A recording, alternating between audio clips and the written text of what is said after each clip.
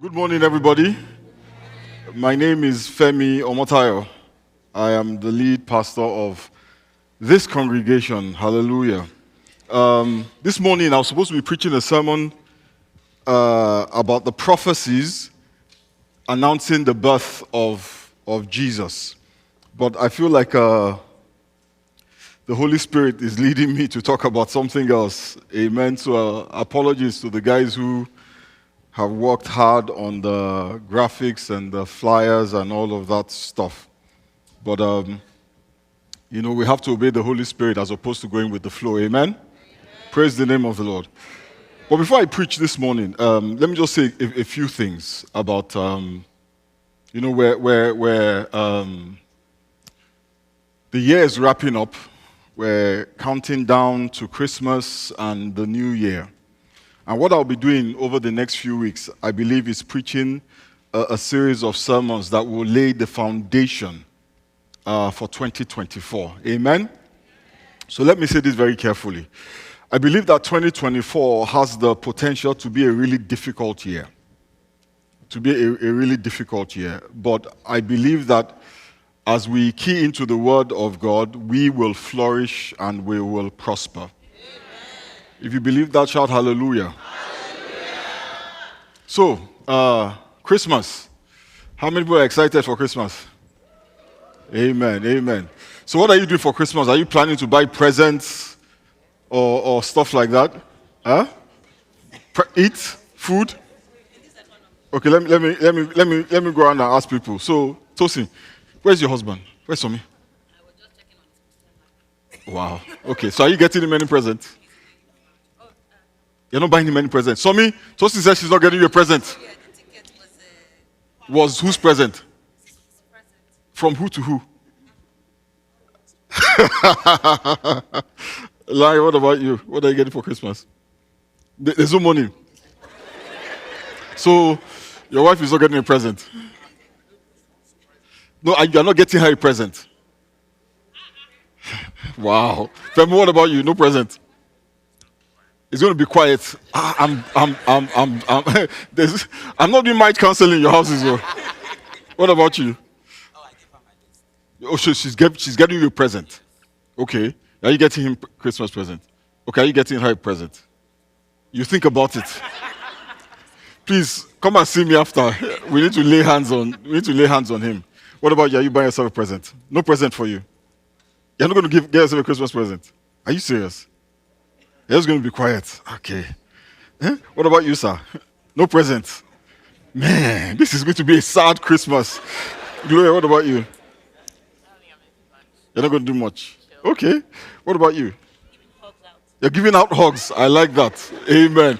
Let me just go back and preach my sermon because you guys are beginning to depress me, as it were. But I'm sure the folks on this side, calm yourself down. I'm not asking the question. No, I'm going to get her a very nice Christmas present. AK doesn't have stress. She already has a list of the things I will do for her. Her love language is acts of service. So I already started the countdown to Christmas. I cleaned the house this morning before I left. Tiwa, what about you? What are you getting for Christmas? What are you getting for yourself for Christmas? Nothing. Peace of mind. Don't tell me that you're like all these people. What are you getting him for Christmas? No, what are you getting him for Christmas? What did you get him? You already bought it? Thank you, Joe. God bless you. Come on, help somebody, Jesus. What are you getting her for Christmas? Peace. So she normally doesn't have peace. Pastor Biola, you usually don't give her peace. So this year you want to give her peace for Christmas. You usually trouble her soul. But this year you're going to give her peace. Okay, gifts for the children. Okay. I'm sure all these people that are saying easy, quiet Christmas, I'm sure they're all liars. And the ones who did not lie, I know you now. Femi, I know your house. Larry, I know your house. If I see any Christmas presents, there will be problem. Anyway, praise the name of the Lord. I want us to read this morning from the book of Psalms, chapter 23 from verse 1. Psalm 23, verse 1. The Lord is my shepherd. I shall not want. And this is one of the most well-known psalms in the whole Bible. Everybody knows the Lord is my shepherd, I shall not want. He maketh me lie down beside the still waters, he restored my soul. Everybody knows that. It's one of the most popular psalms in the whole Bible. Actually, I think it's one of the most popular verses in the whole of Scripture. The Lord is my shepherd, and I shall not lack. We all understand what it means to lack, right? To lack means to not have. Yeah? To lack is to not have. But the word translated, the Lord is my shepherd, I shall not want, I shall not lack, in this verse is a Hebrew word that is pronounced sire. But in Hebrew, each letter, can you pull out that thing? Awesome. But in Hebrew, each letter has a meaning. And the way that you spell that word, hazar, is these three letters, Hebrew letters that you see on the screen.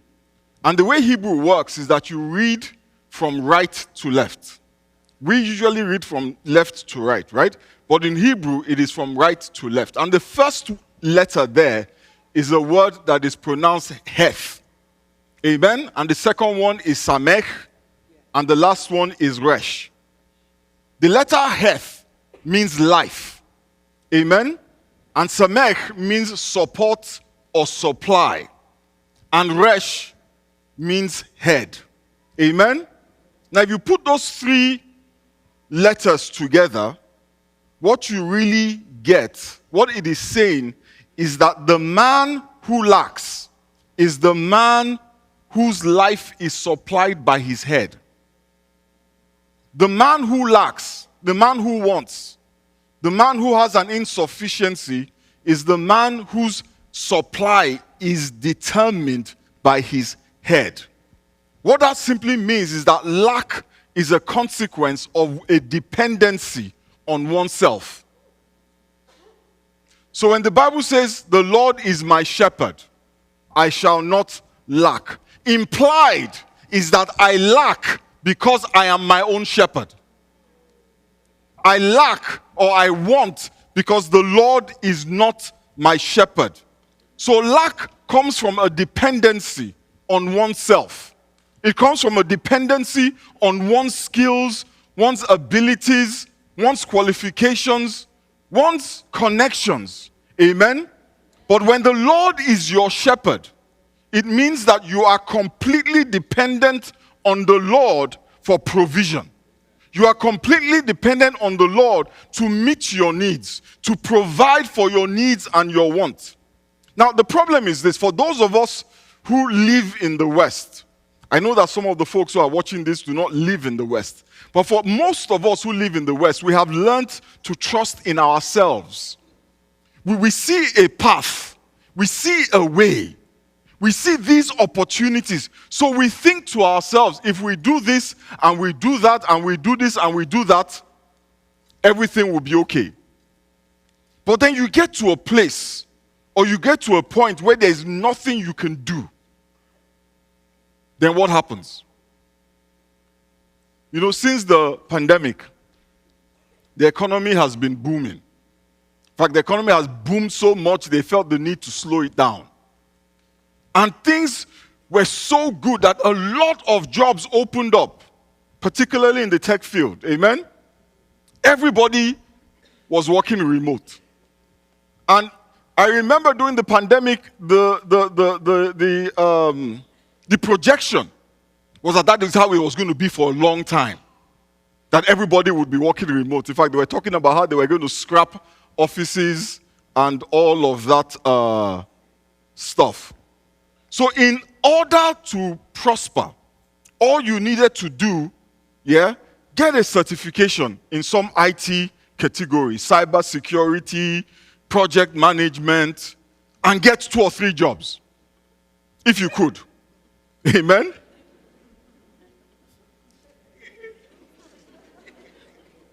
But what happens when the tech companies decide that the economy is not quite how they thought it would be?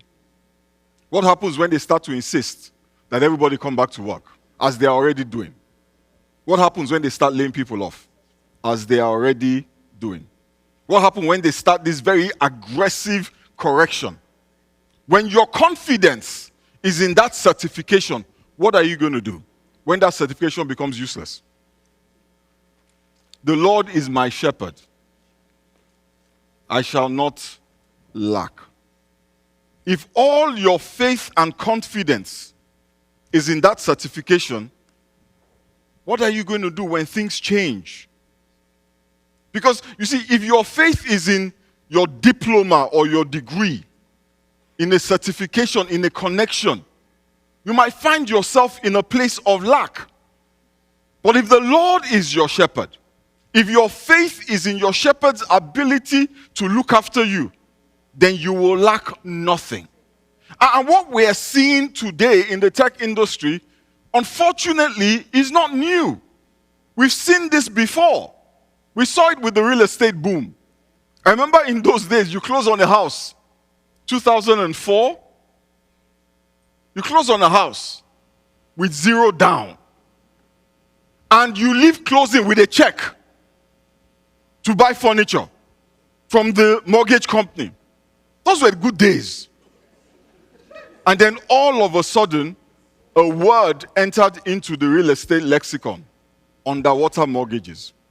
Before that, nobody was talking about the house being underwater. That means that you owe more than your house is worth. My wife and I had bought a house in those days in St. Louis. I think we paid about $250,000 for that house. I remember I left closing that year with about $2,500. I didn't put anything down. When the market switched in 2008, ask me how much my house was worth. 190 something thousand. Ask me how much I was owing. 238,000. We've seen this before. We saw it with the oil industry, petroleum and oil. When there's a boom, the prices are high, they're hiring. When the prices go down, they're firing. Pharmacy. I remember when my wife is a pharmacist. When we moved to America, they were begging people. They were giving sign-on bonuses to come and work in a pharmacy. It was madness. Pharmacists were hotcake. You know what I'm talking about? And then all of a sudden, guess what happened? Every college in America decided, this is a good day. They all opened pharmacy schools. Everybody started studying pharmacy. Now there are more pharmacists than there are positions. So the people who had entered on nice fat salaries, they started trying to find a way to push them out. So that these young people who are desperate and will take anything. The Lord is my shepherd. I shall not want. You know, my own situation was a little different. My faith was not in my degree or my diploma, because I had a degree in philosophy. I knew that there was nothing. I knew that there was nothing that was going to come from that philosophy. So my faith, my confidence was in my connections, in the people that I knew. And my old man was very well connected in those days. He knew the people in government. And in my country, if you know people in government, you're good. Until they're no longer in government. So there was this time, I wanted to go do my master's in TV production in England. I didn't have the money. So, we devised this scheme that if I worked for one of the government parastatals, they would post me to their office in England. And I would, be collecting a salary while going to school. And how was this possible? Considering that I wasn't working in this parastatal at the time I came up with this idea. Let me tell you how it was possible. My father was best friends. When I say best friends, like childhood best friends with the minister in charge of that parastatal. So my old man goes to the guy and said, I don't want to call his name. Femi has finished school. He wants to go to England. Can you arrange it? And the guy says, yeah, not a problem, but it will take a year. I need him to work in the Lagos office for a year. Then after 1 year, I will send him to England. Yay! I started packing my bags. and you could do that. Because if the man in charge says he's going to do it, nothing could stop him from doing it, right? Alas. After 1 year, My father and I go back and meet the guy. And the guy says, oh yeah, I'm about to take a trip to Abuja for a meeting. When I come back tomorrow, I will draw up your transfer papers. There was rejoicing in my house that day. Literally, that was the promise. And he could do it. What we didn't count on was he goes to Abuja in the morning. On the 9 o'clock news, they announced that he had been fired. The Lord is my... And that was the end of my London trip.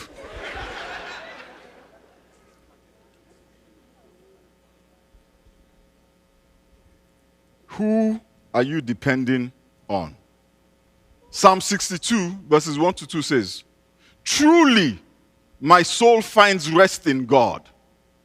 My salvation, my deliverance, my breakthrough, my success, it comes from Him. Truly, he is my rock and my salvation. He is my fortress. I will never, church, I must say never. Says, I will never be shaken. The Lord is my fortress. The Lord is my provider. The Lord is my rock. He is my salvation. So no shaking. It doesn't matter what is going on with the economy. No shaking. It doesn't matter what correction is going on in this industry. No shaking. Because the Lord is my fortress. The Lord is my rock. The Bible says He will keep him in perfect peace, whose mind is stayed upon Him. If you do not have peace about your future, we have to ask you, where is your mind staying on? Because innately we know about the vagaries of life. We know about the what if, and what if not. We know these things. But with God, He is the same yesterday, today, and forever. And if He says it, He will do it. Turn to your neighbor and say, no shaking. In Psalm 92, verse 12, the Bible says, 12 to 15, the righteous shall flourish like the palm tree. He shall grow like a cedar in Lebanon. Those that be planted in the house of the Lord shall flourish in the courts of our God. They shall still bring forth fruit in old age. They shall be fat and flourishing, to show that the Lord is upright. He is my rock, and there is no unrighteousness in Him. He says they will bring forth fruit in old age, to show, to prove to the world that the Lord is upright. To prove that the Lord is my rock and there is no unrighteousness in Him. You know, that verse says they shall still bring forth fruit in old age. I don't know if we understand what the psalmist is saying there. People who are old are not supposed to be having kids. Right? So when an old person who has passed the age of childbearing is bringing forth fruit, is having a child, it is speaking about the impossible. It is speaking about when the season has passed, God is still doing wonders. The Bible says that when there was a drought in the land, when there was a scarcity, when there was a famine, Isaac prospered. When people are not supposed to be doing well, when it is supposed to be tight, those that put their faith in God, they shall be like the cedars of Lebanon. They shall flourish like palm trees. And if you know anything about palm trees don't need a lot of water. They have a way of drawing nourishment even in the most difficult places. The promise of God is that no matter what the environment is, if your faith is in Him, when the conditions are adverse, when your body is unable to produce, when the ground will not bring forth fruit for anyone else, for those who put their hope and their trust in Him, they will flourish. They will prosper. You know, when we read the word righteous in the Bible, it is important to remember that it is the Lord who determines who is righteous. Are you hearing me? It is God who says this person is righteous and that person is not righteous. We don't determine who is righteous because you see, we only see the outside. It is God who sees the heart. So the decider of righteousness is God, right? And nobody can be more righteous than God. And the Bible tells us that because of our faith, God says we are what? We are righteous. So this promise, the righteous shall flourish like the palm tree. He shall grow like a cedar in Lebanon. Those that be planted in the house of the Lord shall flourish in the courts of our God. They will bring forth fruit in old age. They shall be fat and flourishing.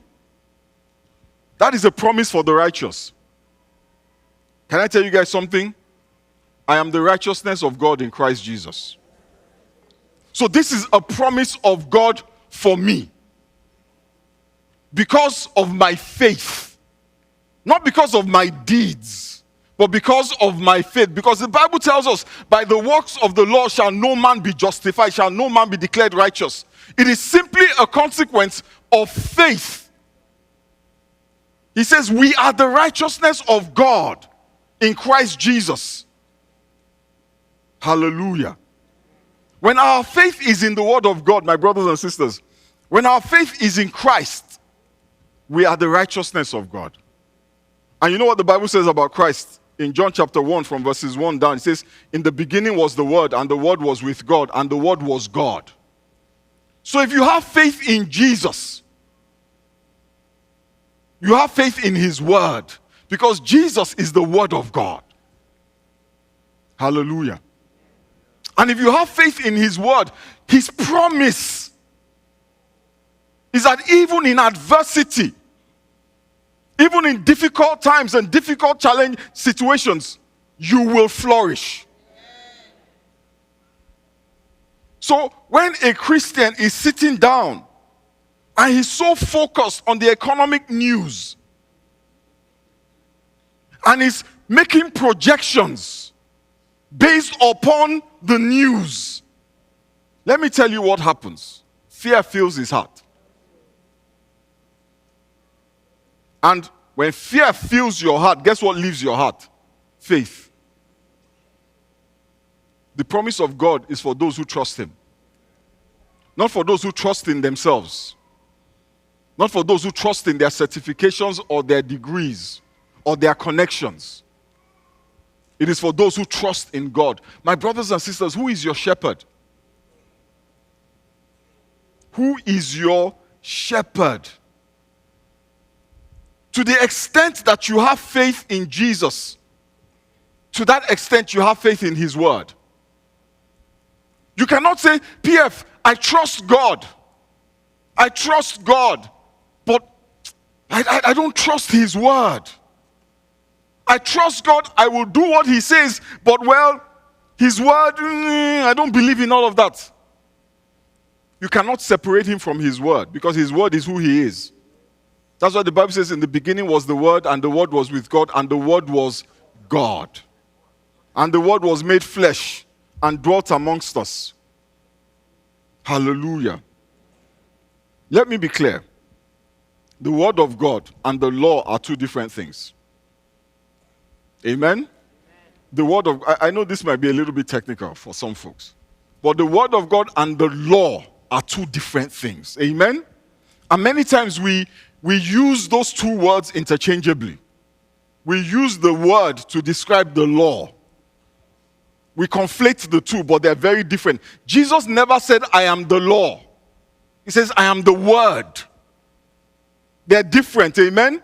He fulfilled the righteous requirement of the law. Hallelujah. He fulfilled the righteous requirement of the law. He is the solution to sin. The law is not a solution to sin. The law is a revealer of sin. The Bible says, I would not have known what it meant to be covetous if the law had not said, thou shalt not covet. Amen? My brothers and sisters, it is God's will. It is God's word that you are not in lack. God wants you to have everything that you need. I wish above all things that thou mayest prosper and be in health, even as your soul what? Prospers. That is God's will for you.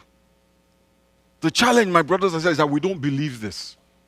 And those of us who believe it don't understand that we are blessed to be a blessing. We're not blessed to just consume on ourselves.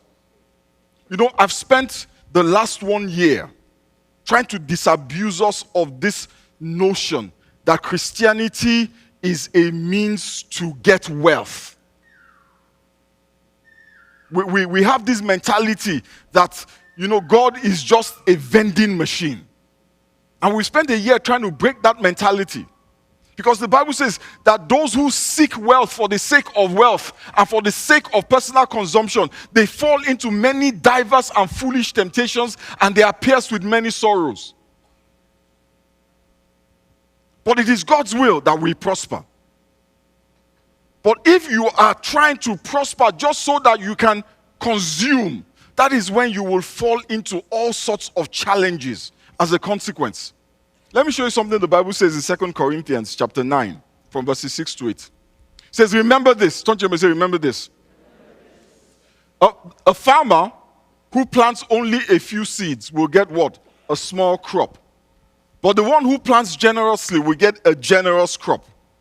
You must each decide in your heart how much to give. And don't give reluctantly or in response to pressure. For God loves a person who gives cheerfully. And God will generously provide all you need. Then you will always have everything you need and plenty left over to share with others. The King James Version says, God is able to make all grace abound to you, so that having a sufficiency in all things, you can abound unto every good work. Many of us do not have a sufficiency. We don't have enough. Am I lying? I just went around asking people what they are going to do for Christmas. And same story. PF, it's a tough year. It's going to be a quiet year. Why? Why? Because 70% of us are depending on ourselves. And our ability to provide is limited. And guess what? We not only are unable to take ourselves into abundance, we are even over-consuming. So not only do we not have enough, we are in debt. But that is not God's will for us. He says God is able to make all grace abound to you, so that you will not only have enough for yourself, you will be able to do what? Give. But is that our testimony? Listen, let me tell you guys something. God loves a generous person. Everybody's quiet. God loves, I repeat, a generous man. God responds to a man who gives. In fact, you know what? You can never call a stingy person, or you should never call a stingy person a man or a woman of God. You can never call a stingy person a godly person. Because to be godly is to be like God, right? And if there's one thing we can say about God, is that God gives. There's nothing stingy about God. The unregenerated man is a taker and a hoarder. But the man that is full of the Spirit of God is a giver. The unregenerated man, Arinze, where are you going?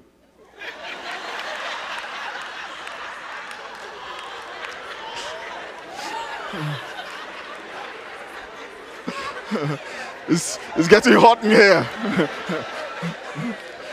The unregenerated man is a self-centered consumer.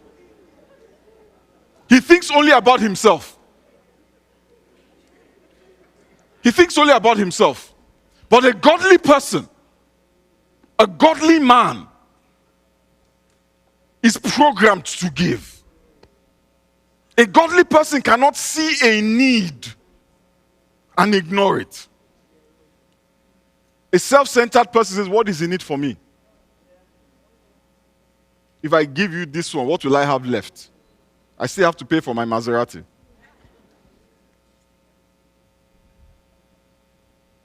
The Christ-like man is a giver. Matthew chapter 5, verse 48. Says, be perfect. Don't you say be perfect? No. Say it with your chest. Be perfect. Therefore, as your heavenly Father is perfect. If Jesus, right? Because this is Matthew chapter 5. This is Jesus talking.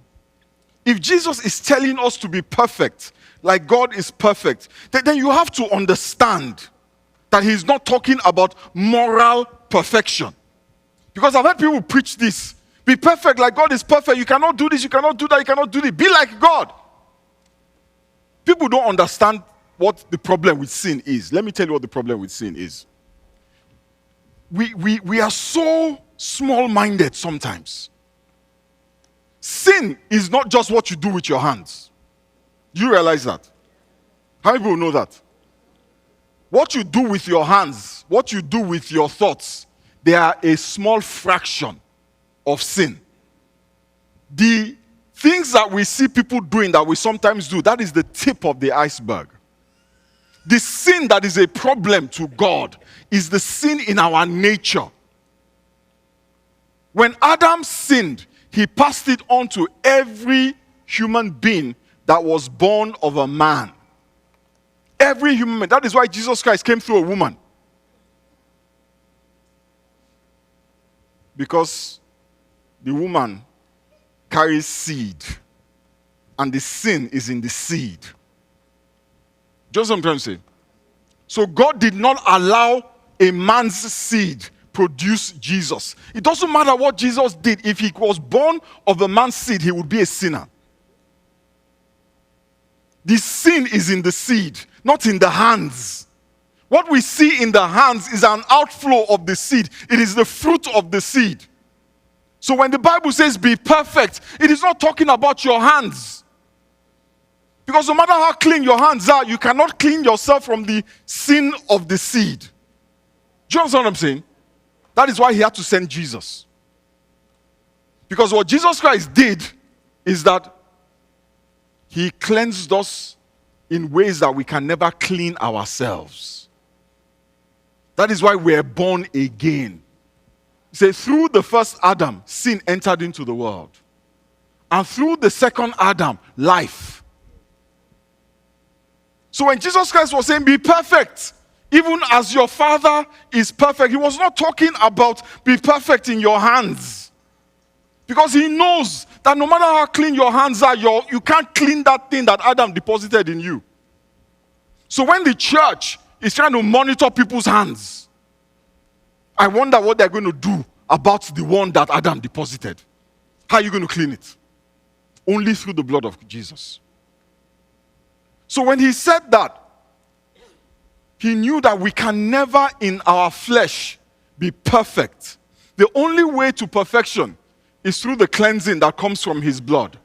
And since his blood had not been shed, he must have been referring to another kind of perfection. Let's go back and read Matthew 5 from verse 43 to 48. I know my time is fast spent, but I want to teach us something this morning. Verse 43 says, you have heard. Have you heard? It says, you have heard that it was said, love your neighbor and hate your enemy. But I tell you, love your enemies and pray for those who persecute you. Oh my God. That's revolutionary. What about waking up at 5 a.m. and calling fire on their heads? No, seriously. What about asking that he dash the head of their children against the rock? That they fall in slippery places and darkness will envelope them all their days. What about that? He says, no. Pray for those who persecute you, that you may be children of your Father in heaven. Whose child are you? when you are praying those prayers. Seriously, whose child are you when you are praying those prayers? That my boss at work, who does not want me to be promoted. Father, let their path be slippery.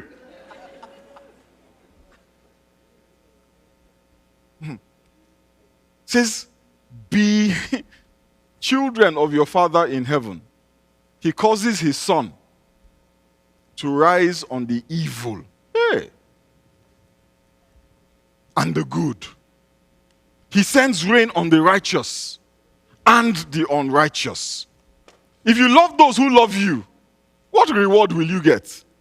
And not even tax collectors doing that.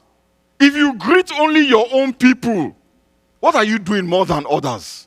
Do not even pagans do that. Be perfect, therefore,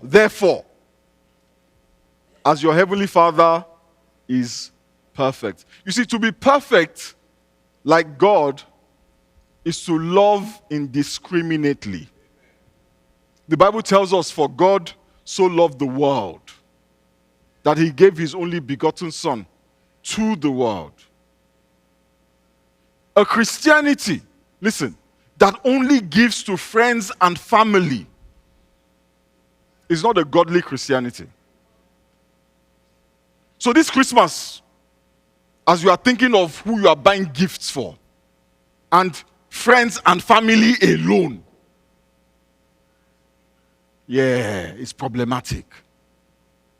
A Christianity that only focuses on those who can give us back, who already love us, who are doing for us.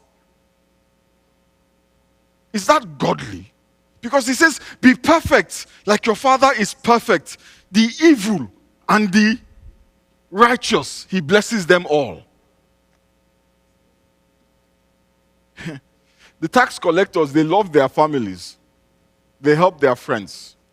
So what is the difference between us and the tax collectors? Let me tell you what the difference is. It's not sin. Because all have sinned and fall short of the glory of God. It is how generous you are. Let me tell you something. When you are being generous, that is when you are most like God. It's not when you are praying.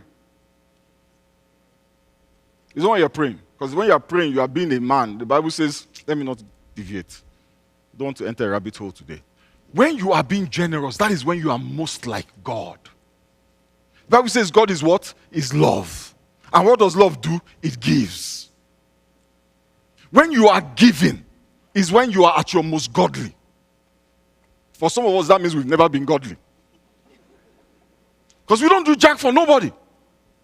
Nobody did anything for us, so we don't owe anybody anything. Let them go do for themselves. Where I am today, I got it by working hard. My mama didn't raise no fool. But she also did not raise a man of God. She may have taught you to pray, but if she didn't teach you how to give, she has not done you well. She may have taught you the Bible, but if she didn't teach you that love gives, there's a problem with what she taught you. It says, what about the poor? You know, the Bible tells us about a man named Cornelius. How many of you have heard of Cornelius? He was the first Gentile to hear the gospel. Why? That means that he was the first person that was not a Jew that received the good news of Jesus. Why? Let me read it to you why. Acts chapter 10, verse 31. Can you pull it up, guys? Thank you. Cornelius. So you say Cornelius. Don't you call the person Cornelius? Your name better be Cornelius today. Say Cornelius. Your prayer has been heard, and your gifts to the poor have been noticed by the IRS. Yes, now because if it's not tax deductible, we don't want to do it. It says, your gifts to the poor have been what? Noticed. By who? By God. And because of his prayer, God didn't say, "I noticed your prayer." There are plenty of people praying. He said, "But I have noticed your giving. I have noticed your gifts to the poor." God noticed his gifts and sent him a revelation of Jesus. You know what the revelation of Jesus means? It means deliverance. It means healing. It means breakthrough. See, so many of us are praying for revelation, like Cornelius. But where are the gifts? Where is the giving? When was the last time you gave a red cent? Yes, I mean violence. I've chosen it. Because the kingdom of heaven, it suffers violence. And the violent will take it by force. The Bible says, "Let this mind be in you, which was in Christ Jesus." You see, we need to understand that this thing that is going on in our lives, in our head, it is not of God. Gen Z. Anybody here in Gen Z? Gen Z. Gen Z. I know you. Raise your hand. Be bold. You are usually bold. I mean, Gen Z, I'm not a millennial. If you are in Gen Z, raise your hand. Gen Z is reputed to be the most selfish generation on this earth. It's as if from X to millennials to Z, it's as if as it goes down, the more selfish it gets. But the Bible says in the last days, men will be lovers of themselves. Like you guys. No, not you. Those guys. You guys are not like that. You come to New Covenant House, so you know better.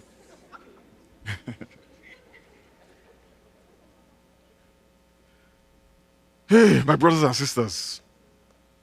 What about the poor? We don't give our money. We don't give our time. We don't serve. Our life, Pastor Larry, it revolves around who? Us. Our 24 hours is about who? Us. Our paycheck is for who? Us. Our gifts and talents, us. But we're praying. God, hear my cry. Notice me. Cornelius is a good example of a man that God noticed.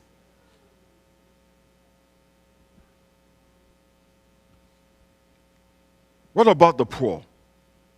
Well, let me even take it a step further. What about the poor in spirit? You know, last week I showed pictures of folks in Pakistan and Nepal who received the gospel because of the contributions we sent from New Covenant House. And so many people were moved by that. But some of us are like, okay. Where's the Gucci store?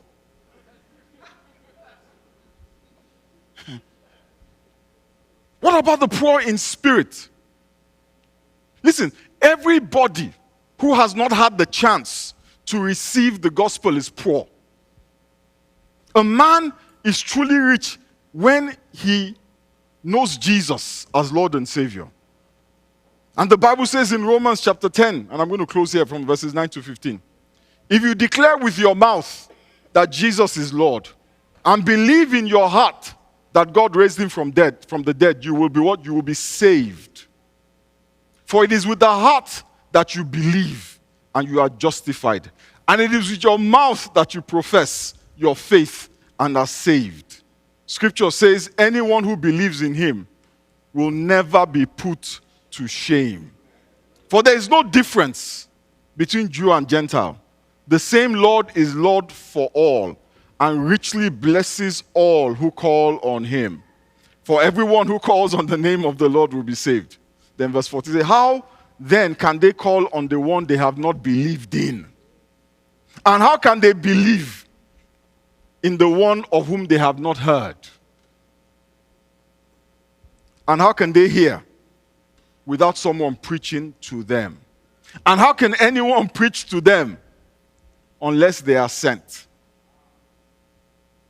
It is written, how beautiful are the feet of those who bring good news. The Bible says it has pleased God to use the foolishness of preaching to save those that are lost. When the offering basket is passed around and you carry your face, let someone else do it. You are literally saying, I don't care if they never hear about Jesus. Of course you care. I know we care. But what difference does your caring make if you care but you don't do anything to help them hear? And how will they hear if nobody preaches? And how will anybody preach if nobody is sent? How will anybody be sent if there is no money to send them?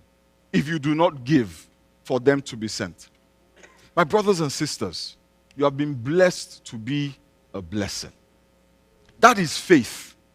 That is a depending on God to be your shepherd. Not your head. Not your math. We've seen people with millions of dollars in their bank accounts, in investments, grow from billionaires, and by the next morning, they are bankrupt. Who is your shepherd? Who are you depending on? 2024, we got to do better. We got to be better. Our faith has to be in God. Our faith has to be in God. What does the FDIC pay? What do they pay? How much is it on every dollar? If you put your money in the bank and the bank goes belly up, how much does FDIC pay you? 250,000. So you go and stockpile money inside the bank and the bank goes belly up. Doesn't matter how much you put in there. You are not getting more than 250K. You can put $1 million in there. You're only getting 250K. There are so many things that happen. You don't have your hand around everything. You wake up one day and you hear that one bank has gone belly up. That's the one that had your money, God forbid. But it happens. See, that's what happens. Where is your faith? But you see, when your faith is in God, 10 banks can go belly up. It says Isaac sowed in the middle of famine. Everyone else was crying. But his seed was bearing fruit. Let us bow our heads for a minute and speak to the Lord this morning.